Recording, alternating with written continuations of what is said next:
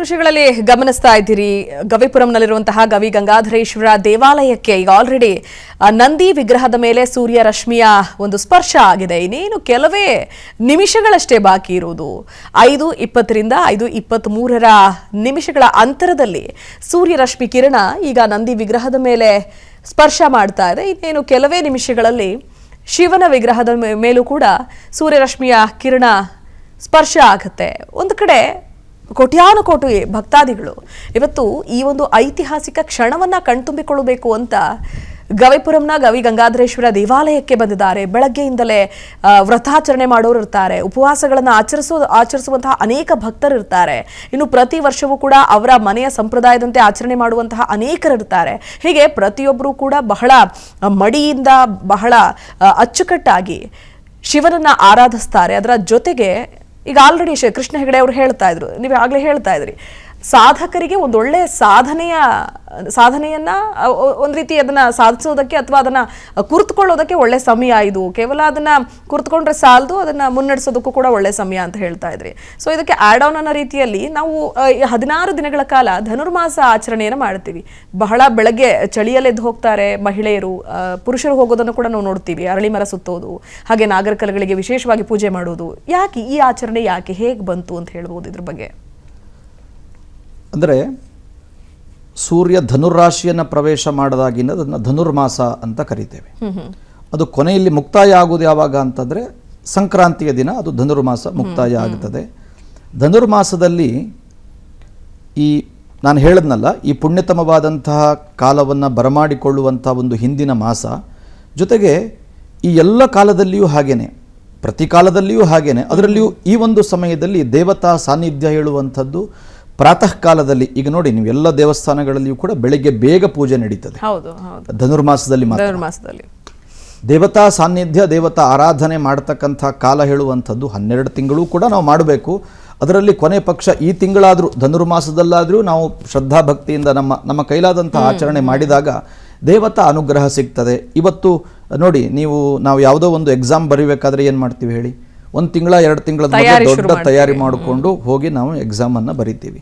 ಮಕರ ಸಂಕ್ರಾಂತಿಯನ್ನು ಬರಮಾಡಿಕೊಳ್ತಕ್ಕಂಥ ಹಿಂದಿನ 1 ತಿಂಗಳ ಕಾಲ ಮತ್ತೆ ನೋಡಿ, ಅಯ್ಯಪ್ಪನ ಭಕ್ತರು ಎಲ್ಲರೂ ಕೂಡ ಒಂದು ವ್ರತದಲ್ಲಿದ್ದು ಈ ದಿನ ಅಯ್ಯಪ್ಪನ ದರ್ಶನ, ಒಟ್ಟಾರೆಯಾಗಿ ಈ ಉತ್ತರಾಯಣದ ಮಕರ ಸಂಕ್ರಾಂತಿಯ ಒಂದು ಪುಣ್ಯತಮವಾದಂತಹ ಕಾಲಕ್ಕೇನೆ ಎಲ್ಲರೂ ಕಾಯ್ತಾ ಇರುವಂಥದ್ದು. ನಾವು ದೇವತಾ ಆರಾಧನೆಯನ್ನ ನಮ್ಮ ದೈಹಿಕವಾದಂತಹ, ನಾವು ಯಾವುದೋ ದೊಡ್ಡ ಸೇವೆ ಮಾಡಿಸ್ತೇವೆ ಅಂತ ಮಾತ್ರಕ್ಕೆ ದೇವರ ಅನುಗ್ರಹ ಮಾಡ್ತಾನೆ ಅಂತಲ್ಲ, ದೈಹಿಕವಾಗಿ ಮಾನಸಿಕವಾಗಿ ಶರಣಾಗತಿಯಾಗುವುದರೊಂದಿಗೆ ನಾವುಗಳು ದೇವತಾ ಆರಾಧನೆಯನ್ನ, ದೇವರನ್ನ ದರ್ಶನ ಮಾಡಿದಾಗ ನಮಗೆ ಪರಿಪೂರ್ಣವಾದಂತಹ ಒಂದು ಅನುಗ್ರಹ ಸಿಗ್ತದೆ ಅಂತ. ಎರಡನೇದಾಗಿ ನೀವುಗಳು ಸಾಧನೆ ಅಥವಾ ಸಾಧಕರಿಗೆ ಒಳ್ಳೆಯದು ಅಂತ. ಇಲ್ಲಿ ಸಾಧನೆ ಅಂದ್ರೆ ಏನು ಅಂತ ಹೇಳುವಂಥದ್ದೇ ದೊಡ್ಡ ವಿಷಯ ಆಗಿರುತ್ತದೆ. ಏನು ಸಾಧನೆ ಅಂತಂದ್ರೆ, ಯುದ್ಧ ಮಾಡುವುದು ಸಾಧನೆಯ, ಅಥವಾ ದೊಡ್ಡ ಸಂಸ್ಥೆ ಕಟ್ಟಿ ದುಡ್ಡು ಮಾಡುವುದು ಸಾಧನೆಯ, ಅಧಿಕಾರಕ್ಕೆ ಹೋಗುವುದು ಸಾಧನೆಯ? ಅದೆಲ್ಲ ಸಾಧನೆ ಅಲ್ಲ ಅಂತ ನಾನು ಹೇಳ್ತಾ ಇಲ್ಲ. ಆದ್ರೆ 5 ಬೆರಳು ಕೂಡ ಒಂದೇ ತರದಲ್ಲಿ ಇರೋದಿಲ್ಲ. ಎಲ್ಲರೂ ಹಾಗೆ ಆಗಿ ಅಂದ್ರೆ ಆಗೋದಿಲ್ಲ.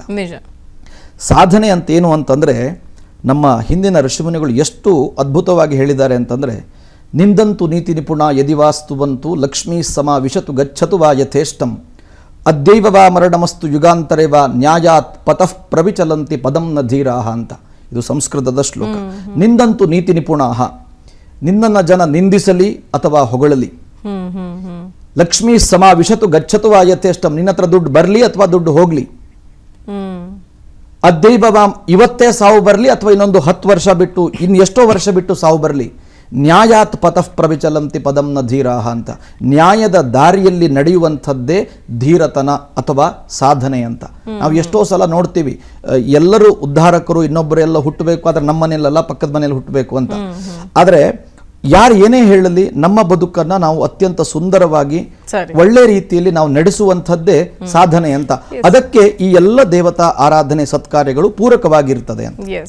ವೀಕ್ಷಕರೇ, ದೃಶ್ಯಗಳಲ್ಲಿ ಗಮನಿಸ್ತಾ ಇದ್ದೀರಿ, ಗವಿ ಗಂಗಾಧರೇಶ್ವರ ದೇವಸ್ಥಾನದಿಂದ ನೇರ ದೃಶ್ಯಾವಳಿಗಳನ್ನ ನಾವು ನಿಮ್ಗೆ ತೋರಿಸುವಂತಹ ಪ್ರಯತ್ನ ಮಾಡ್ತಾ ಇದ್ದೀವಿ. ಯಾಕಂದ್ರೆ ಕೇವಲ ಬೆಂಗಳೂರಿನಲ್ಲಿರುವಂತಹ ಎಲ್ಲರೂ ದೇವಸ್ಥಾನಕ್ಕೆ ಹೋಗಿ ಸೂರ್ಯರಶ್ಮಿಯ ಒಂದು ಸ್ಪರ್ಶವನ್ನ ಕಣ್ತುಂಬಿಕೊಳ್ಳೋದಕ್ಕೆ ಸಾಧ್ಯ ಆಗೋದಿಲ್ಲ. ಇನ್ನು ಕರ್ನಾಟಕದ ನಾನಾ ಜಿಲ್ಲೆಗಳಲ್ಲಿ, ವಿವಿಧ ಭಾಗಗಳಲ್ಲಿ ಅನೇಕರು ಈ ಒಂದು ಐತಿಹಾಸಿಕ ಐತಿಹಾಸಿಕ ಕ್ಷಣವನ್ನ, ಕೌತುಕದ ಕ್ಷಣವನ್ನ ಕಣ್ತುಂಬಿಕೊಳ್ಬೇಕು ಅಂತ ಕಾತರದಿಂದ ಕಾಯ್ತಾ ಇದ್ದೀರಿ. ಸೊ ಹೀಗಾಗಿಯೇ ವಿಸ್ತಾರ ನ್ಯೂಸ್ ನಿಮಗೆ ಅದರ ನೇರ ದೃಶ್ಯಾವಳಿಗಳನ್ನ ತೋರಿಸುವಂತಹ ಪ್ರಯತ್ನವನ್ನ ನಾವು ಮಾಡ್ತಾ ಇದ್ದೀವಿ. ನಮ್ಮ ಸಿಬ್ಬಂದಿ ಅಂದ್ರೆ ನನ್ನ ಕಲೀಗ್ಸ್ ಆಗಿರಬಹುದು, ಸಹೋದ್ಯೋಗಿಗಳು, ಹೀಗೆ ಪ್ರತಿಯೊಬ್ಬರು ಕೂಡ ಇವತ್ತಿನ ಒಂದು ವಿಶೇಷ ಸಂದರ್ಭದ ಕ್ಷಣವನ್ನ ನಿಮಗೆ ಕಟ್ಟುಕೊಡುವಂತಹ ನಿಟ್ಟಿನಲ್ಲಿ ಎಲ್ಲರೂ ಕೂಡ ಕಾರ್ಯಪ್ರವೃತ್ತರಾಗಿದ್ದಾರೆ. ದೃಶ್ಯಗಳಲ್ಲಿ ಗಮನಿಸ್ತಾ ಇದ್ದೀರಿ, ಹಾಲಿನ ಅಭಿಷೇಕ ಆಗ್ತಾ ಇದೆ ಶಿವನಿಗೆ. ಮತ್ತೊಂದು ಕಡೆ ಸೂರ್ಯರಶ್ಮಿಯ ಕಿರಣ ನಂದಿಯನ್ನ ದಾಟಿ ಶಿವನ ವಿಗ್ರಹವನ್ನ ತಲುಪ್ತಾ ಇದೆ. ಇನ್ನೇನು ಕೆಲವೇ ನಿಮಿಷಗಳಷ್ಟೇ ಬಾಕಿ ಇರೋದು. ಯಾಕಂದ್ರೆ ಈಗ ಆಲ್ರೆಡಿ 5:21 ಆಯ್ತು. 5:20ರಿಂದ 23ರ ಒಂದು ಸಮಯ ಏನಿದೆ ಆ ಅಂತರದ ಒಳಗೆ ಸೂರ್ಯರಶ್ಮಿಯ ಸ್ಪರ್ಶ ಆಗ್ತಾ ಇರುವಂತಹದನ್ನು ತಾವೆಲ್ಲ ದೃಶ್ಯಗಳಲ್ಲಿ ಗಮನಿಸ್ತಾ ಇದ್ದೀರಿ. ಅನುಕ್ಷಣದ ಸುದ್ದಿಗಳಿಗಾಗಿ ವಿಸ್ತಾರ ನ್ಯೂಸ್ ಯೂಟ್ಯೂಬ್ ಚಾನೆಲ್ ಸಬ್ಸ್ಕ್ರೈಬ್ ಮಾಡಿ. ಹೊಸ ಸುದ್ದಿಗಳ ನೋಟಿಫಿಕೇಶನ್ಗಾಗಿ ಬೆಲ್ ಐಕಾನ್ ಕ್ಲಿಕ್ ಮಾಡಿ. ಲೇಟೆಸ್ಟ್ ಅಪ್ಡೇಟ್ಸ್ಗಾಗಿ www.vistaranews.com ವೆಬ್ಸೈಟ್ಗೆ ವಿಸಿಟ್ ಮಾಡಿ. ಅಂಗೈಯಲ್ಲೇ ಜಗತ್ತಿನ ಸುದ್ದಿ ತಿಳಿಯಲು ವಿಸ್ತಾರ ನ್ಯೂಸ್ ಕನ್ನಡ ಆಪ್ ಡೌನ್ಲೋಡ್ ಮಾಡಿ.